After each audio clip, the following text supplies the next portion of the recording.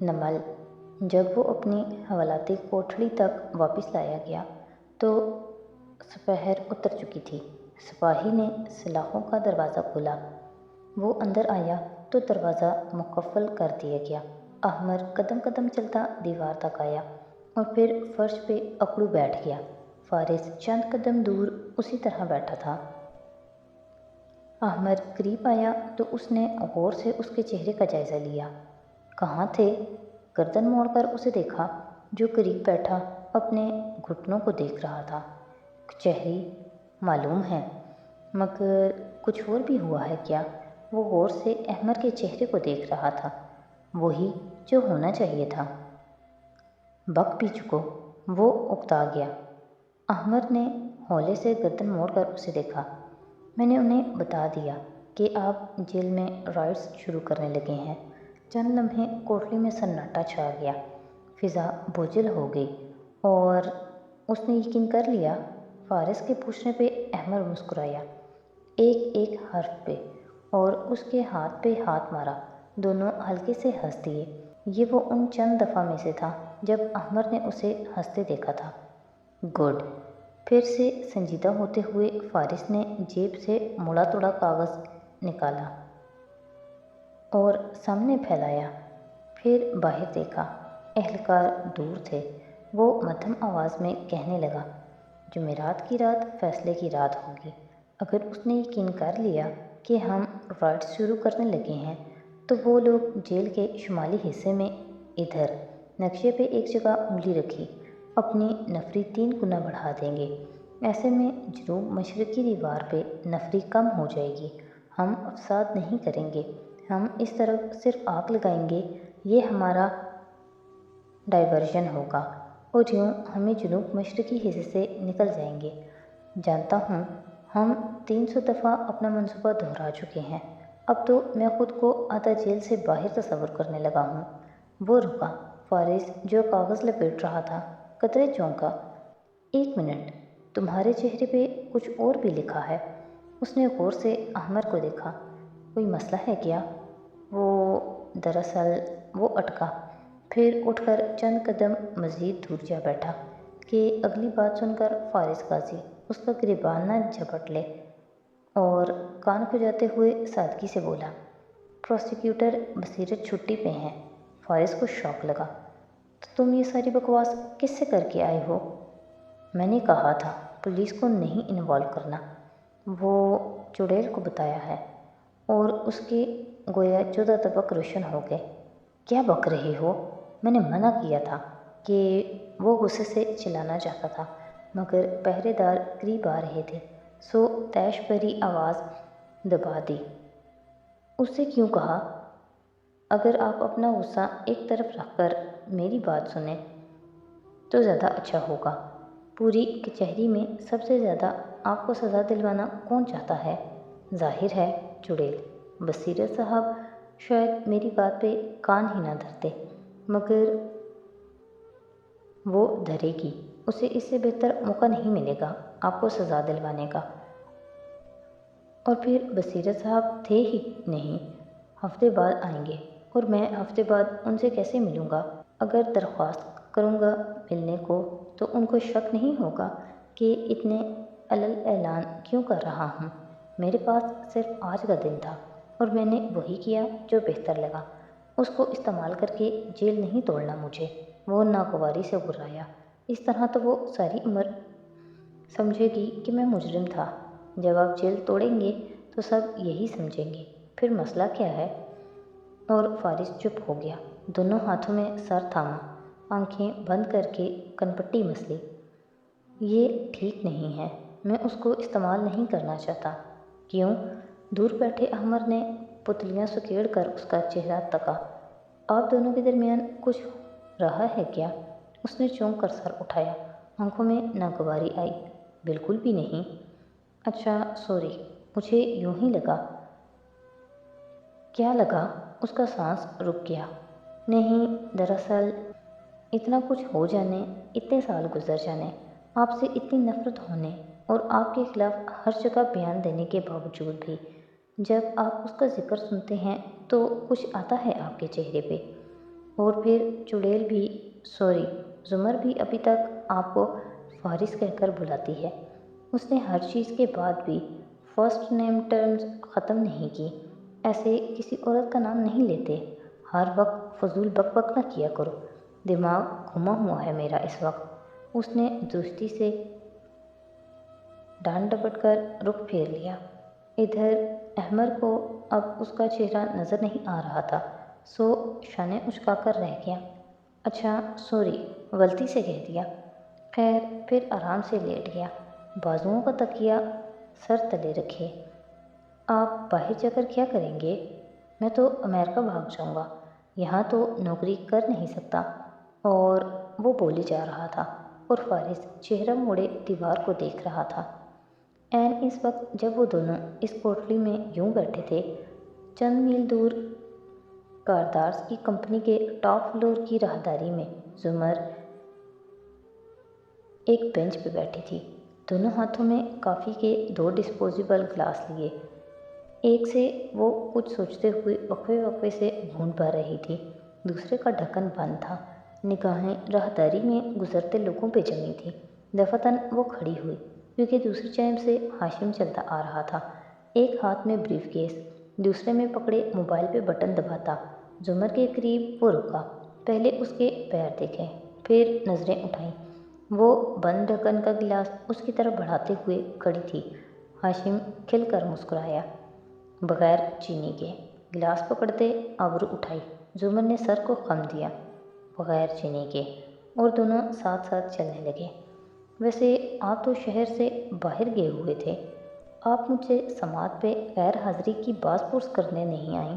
جانتا ہوں، وہ کام بتائیے جو آپ کو ادھر کھینچ لایا، وہ گھونٹ بھرتے ہوئے مسکرا کر پوچھ رہا تھا۔ دونوں ہاشم کے آفس کی سمت جا رہے تھے۔ کچھ دیر کے لیے میرے ساتھ احمد شفیع کا وکیل بنے بغیر بات کر سکتے ہیں آپ؟ میں سن رہا ہوں۔ احمد کتنا قابل بھروسہ انسان ہے؟ کافی حد تک۔ ہاشم نے شانے اچکائے۔ میرے والد کے ساتھ اس نے کافی عرصہ کام کیا، گو کہ میں اسے پسند نہیں کرتا، مگر وہ ایک قابل اعتبار انسان ہے۔ کیوں؟ آپ غور سے ساتھ چلتی زمر کو دیکھا کہ اس کی کسی بات پہ بھروسہ کرنے میں آپ کو دقت پیش آ رہی ہے؟ وہ ذرا سا مسکرائی۔ تو وہ ایسا شخص ہے جس پہ اعتبار کیا جا سکتا ہے۔ ہاں، وہ اچھا لڑکا ہے، مگر ہوا کیا ہے؟ دونوں اب آفس کے دروازے کے سامنے کھڑے تھے۔ آپ کافی ختم کیجیے۔ وہ مسکرا کر مڑ گئی تو ہاشم نے پیچھے سے پکارا، میں اس مشورے کے بدلے ضرور کوئی فیور مانگوں گا۔ آپ کا بدلہ نہیں مانگتے۔ وہ رکے بنا آگے چلتی گئی۔ وہ ٹیپ آپ کو کہاں سے ملی؟ ہاشم نے عقب سے پکارا۔ زمر بیچ راہداری میں رکی، ایڑیوں پہ گھومی، اچنبھے سے اسے دیکھا۔ کون سی ٹیپ؟ آپ کی اور فارس کی کال جو عدالت میں پیش کی گئی۔ سادی نے بتایا کہ وہ آپ نے نکلوا کر دی تھی۔ گھونٹ بھرتے ہوئے غور سے اس کے چہرے کو دیکھا۔ یہ سادی نے کہا؟ وہ حیرت زدہ رہ گئی۔ ہاشم قدرے چونکا، ابرو سکیڑے۔ کہ آپ نے نہیں نکلوا کر دی؟ کہ اس نے جھوٹ بولا؟ وہ کیوں جھوٹ بولے گا؟ ظاہر ہے میں نے ہی نکلوا کر دی ہے، اور کہاں سے نکلوائی ہے یہ نہیں بتاؤں گی، مگر مجھے حیرت یہ ہے کہ اس نے آپ کو کیوں بتایا؟ میں نے منع کیا تھا۔ وہ زمر تھی، فوراً سنبھل گئی اور ناپسندیدگی سے بات مکمل کر کے پلٹ بھی گئی۔ ہاشم کے تنے اعصاب ڈھیلے پڑے۔ اگر زمر کے ہاتھ آڈیو لگی ہے اور اس کے باوجود وہ فارس کو گنہگار سمجھتی ہے تو پھر کوئی مسئلہ نہیں۔ وہ بھی خواہ مخواہ خاور کی بات پہ ابھی تک اٹکا تھا۔ اوہو، سر جھٹک کر کافی کا گلاس پکڑے وہ اندر کی جانب بڑھ گیا۔ وہ رات کسرے کردار پہ یوں اتری کہ اپنے اندر ڈھیروں خوفناک بھید چھپائے ہوئے تھی۔ دور جنگل سے جانوروں کے بولنے کی آوازیں، پرندوں کی سہمی ہوئی چہکار، اور پھر آرزوداری ہو جانے والا موت کا سناٹا، سب اس رات میں گم سا ہو گیا تھا۔ لونگ روم میں ٹی وی چل رہا تھا اور ہاشم صوفے پہ نیم دراز، پیر میز پہ رکھے ٹی وی اسکرین کو دیکھ رہا تھا۔ سونیا اس کے کندھے پہ سر رکھے ترچھی لیٹی کسی کتاب کے صفحے الٹ رہی تھی۔ شہرین جا چکی تھی اور چند دن تک سونی ادھر ہی تھی